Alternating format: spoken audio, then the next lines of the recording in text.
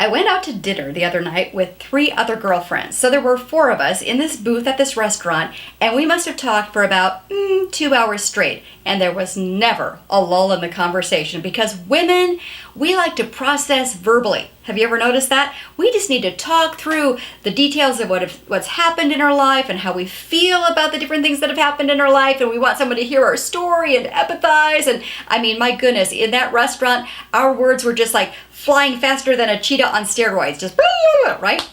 Well, here's something that I realized. I needed that. And even though my husband is a good listener, most men are not wired to just sit there and listen for an hour or two while you talk about every fascinating detail of something that happened and how you feel about that. And then most men are not naturally wired to extend a lot of empathy where they say, oh, I can understand how that made you feel. It's just not their natural wiring. But another woman, she can give you that gift, and you can give that gift to her. It's just sweet, right? When you have that woman who can empathize with you and encourage you and maybe even pray for you. It reminds me of Proverbs 16:24.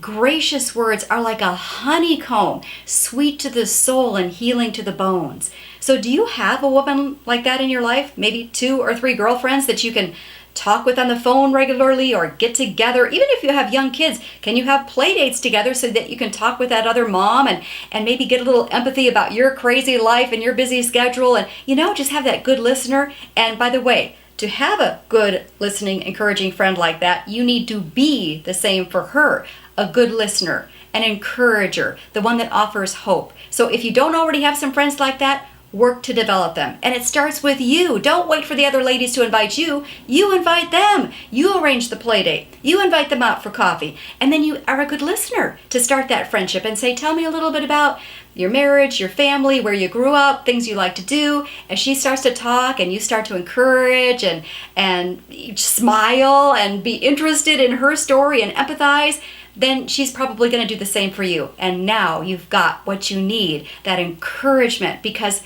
all women need to talk, be heard, and receive empathy.